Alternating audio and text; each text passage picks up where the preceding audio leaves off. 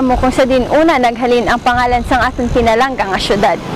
Sa diin gid bala una nga ginkuha ang pangalan sang Roxas City. Paano na pangalanan nga Roxas City ang aton syudad? Mga kasiman, wa maayong adlaw. Ako si Jackie Luilisan. Updi nga ako sa pagsabat sa mga pamangkot na ini diri sa Roxas City, Palangga ko ini. Ang aton nga syudad ang isa sa mga banwa nga masilingta nga nagaumwad na. Madamo na nga mga butang ang nagbago sa paglipas ng panahon. Madamo na nga mga istruktura ang ginpasad, pero nakahibalo bala kita kung sa diin gid una naghalin ang pangalan nga Roxas City. Sa subong, ang ngalan nga City of Roxas o kung syudad sang Roxas ang gikan sa kasuguan bilang Hagna 1528 nga ginpasaka ni Congressman Ramon Arnaldo sang 1st District sang Capiz. Matapos nga mapapasar ang nasambit nga hagna, naging sponsor ni Anay Senador Eulogio Rodriguez sa Senado sang Pilipinas. Ini ang nangin Akta Republika sa 103 kag ginaprubahan ni Presidente Elpidio Quirino sang Abril sa tong Abril 11, 1951. Yung issue ni Presidente Quirino ang Mando Ehecutivo 428 na nagapahayag kag nagabatot sa opisyal nga petsa sang pagtukod sa gobyerno sang syudad sang Roxas namo ang Mayo 12, 1951. Sa paglipas sang panahon, ang anay banwa sang Capiz nga subong syudad sang Roxas ang ginpangalagaran na sang ginpili nga opisyales nga nagapanguna kag nagadumala sang pagginobierno sang aton nga syudad. Humalin sang gindeklarar nga mangin syudad ang Roxas City sa tong Mayo 12, 1951.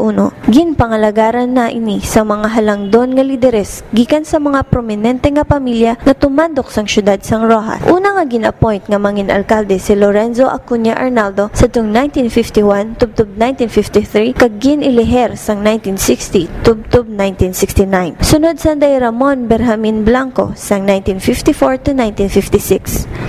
Jose Amancio Dorado sang 1957 to 1959. Chidoro Roxas Arcenas sang 1969 to 1986. Romeo Agnes Azarcon nga gin-appoint bilang OIC Mayor sa tong Disyembre 2 tubtob 5 sang 1987. Antonio Aldea Biznar nga gin-appoint man bilang Mayor sa tong Disyembre 1987 tubtob Pebrero 1988. Juliano Alovera Alba sang 1988 to 1998. Antonio Del Rosario sang 1997 to 2007. Vicente Billones Bermeo sang 2007 to 2010. Kag ang nagapungko subong nga alkalde sang syudad na si Mayor Angel Alan Silino na nagsugod sang iya nga pagpangalagad sang Hulyo 2010. Kilala sa karon ang syudad sang Roxas bilang seafood capital sang pungsod tungod sa bugana nga produkto sang seafoods na makuha sa kalalawran nga nagapalibot sa syudad.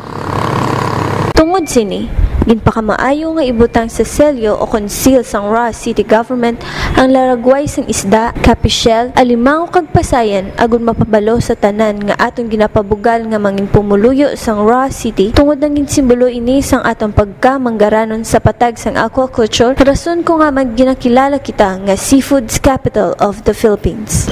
Bilang taga Roxas, nagakaangay gid nga aton hibaluon ang aton maragtas nga ginhalinan. Hindi bala mas maayo nga kung naihibalo kita sang tunay nga istorya sang aton syudad? Agud sa pag-abot sang adlaw nga mamangkot ang aton mga anak kag mga apo tuhoy sini, may inog sabat kita. Mga abyan, updi nga ako liwat sa pagdiskubre sa mga nagakahilitabo sa aton pinalangga nga syudad. Madamo nga salamat. Ini si Jackie Luilisan para sa Roxas City, Palangga ko ini.